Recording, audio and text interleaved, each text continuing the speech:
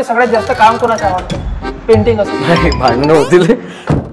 पुढे ते म्हणतात की पाय असावे जमिनीवरती कवेत अंबर घेताना, हसू असावे ओठांवरती काळीज काढून देताना. प्रचंड इन्स्पायर करणारी कविता आहे.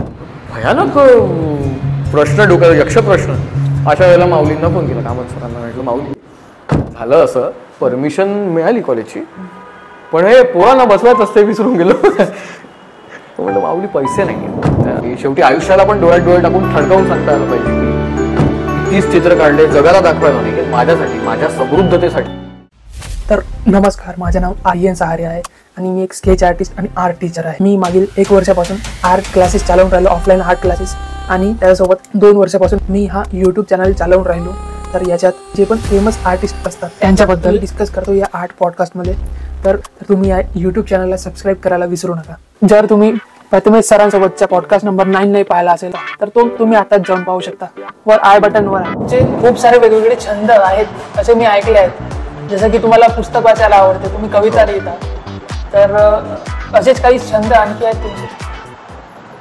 छंद म्हणण्यापेक्षा ना, कलावंत म्हणून ती माझी गरज आहे. पुस्तक वाचणं, मला वाटतं कलावंताच्या कक्षा विस्तारतात त्या अनुभव संपन्न बौद्धिक कक्षा ज्या असतात. म्हणून मला असं वाटतं की वाचनाचं म्हणा, अवांतर वाचन करणं, कादंबऱ्या वाचणं, कथा वाचणं, पुस्तकं वाचणं, यांनी खूपशा गोष्टी उलगडत जातात. त्यामुळे छंद म्हणू शकतो किंवा गरज म्हणू शकतो. प्रचंड वाचनाची आवड आहे मला. बऱ्याच पुस्तकं वाचल्यात, बऱ्याच लेखकांचे संस्कार अंगावरती होतात, स्वतःवरती होतात. गाणे प्रचंड आवडतात. किशोर कुमार झालं, फार जुने मराठी, हिंदी आवडतात आणि ती माझी गरज आहे. माझ्यातला मी समृद्ध होत जातो. रोज नव्याने जर घडायचं असेल, रोज नव्याने तुमच्यातलं काहीतरी बाहेर आणायचं असेल, तर मला वाटतं की जगण्याचं साधन आहे कलावंताचं पुस्तकं वाचणं. इनफॅक्ट माझ्या मुलांना पण सांगतो मी की ऐका गाणे, ऐका, काम करताना गाणे ऐका. त्यांनी होतं काय की तुमचा एक ॲम्बियन्स तयार होतो. दरवेळेला आपण 10 लोकांमध्ये बसल्यानंतर मग ती गप्पा गोष्टी करणं, टवल टिंगाळी करणं, त्यापेक्षा तुम्ही गाणे ऐका, समृद्ध व्हा, छान मस्त काम करा, स्वतःचा एक स्पेस निर्माण करा.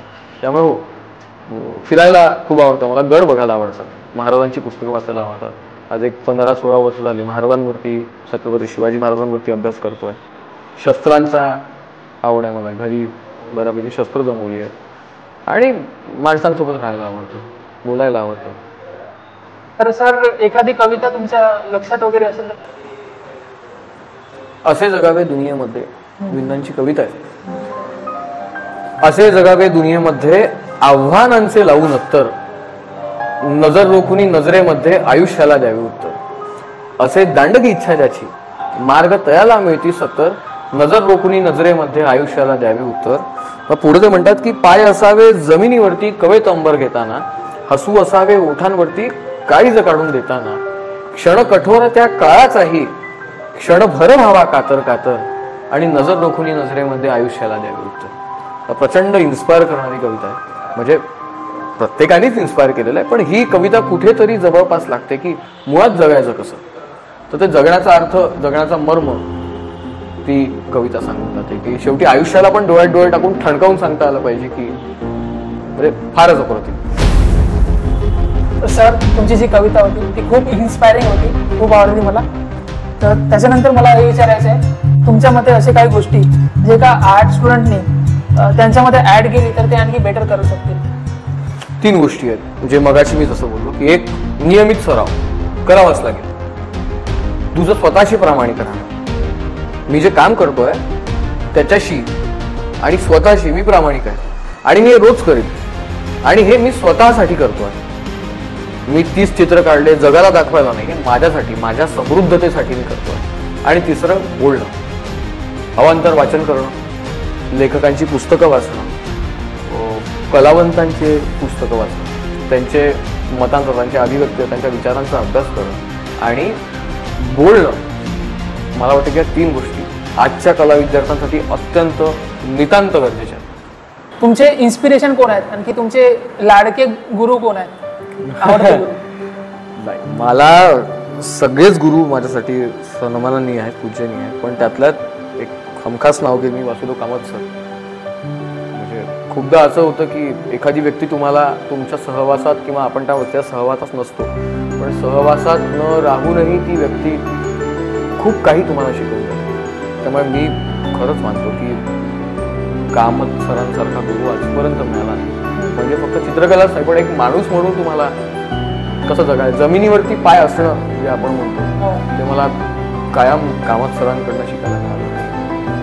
मी देवाला खूप खूप आभार मानतो की कामत सरांसारखा व्यक्ती आयुष्यामध्ये आला की जे काही आहे बस त्यांच्या आयडिओलॉजीवरती आहे. इनफॅक्ट हे कॉलेज सुरू करताना पण म्हणजे गमतीचा भाग येतो की इतकी धावपळ सुरू होती की महाराष्ट्रामधली शेवटची परवानगी फाईन आर्ट्स कॉलेजसाठी. बरीच दिग्गज मंडळी कॉलेज उघडण्याच्या मागे लागलेली. त्यात माझं वय तेव्हा 25चं वय आणि आमचे माननीय अमोल पाटील सर आणि माझी प्राचार्य होते, आमचे मोठे बंधू आहेत भूपेंद्र कवरटे.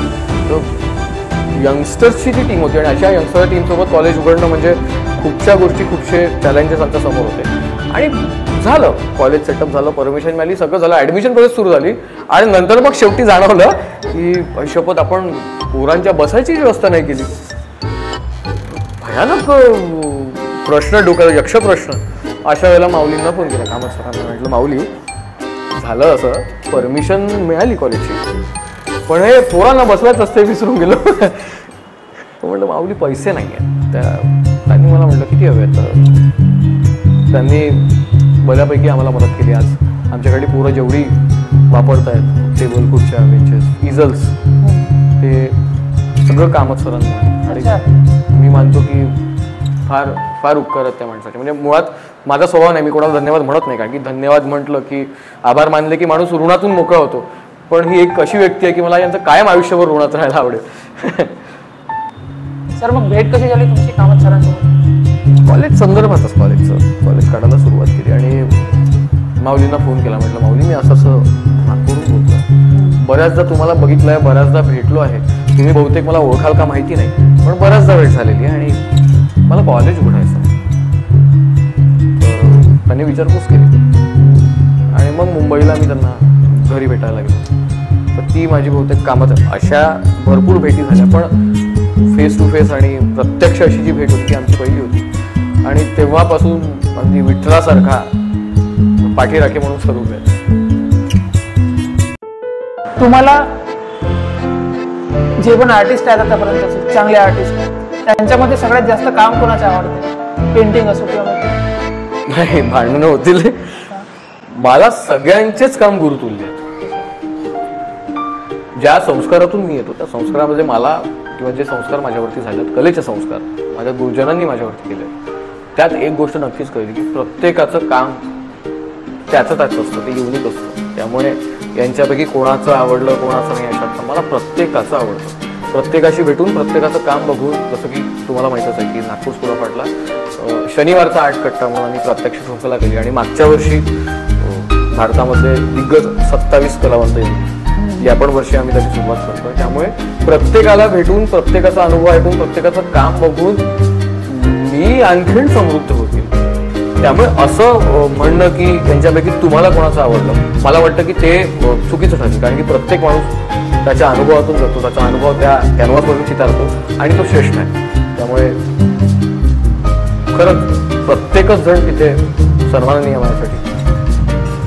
सब्सक्राइब कीजिए और ज़्यादा से ज़्यादा लोगों तक इसको शेयर कीजिए, ताकि ये जो स्केचिंग के बारे में या फिर आर्ट के बारे में जो भी मैं नॉलेज शेयर कर रहा हूँ वो ज़्यादा से ज़्यादा लोगों तक पहुँचे. चलो फिर मिलता है अगली वीडियो में.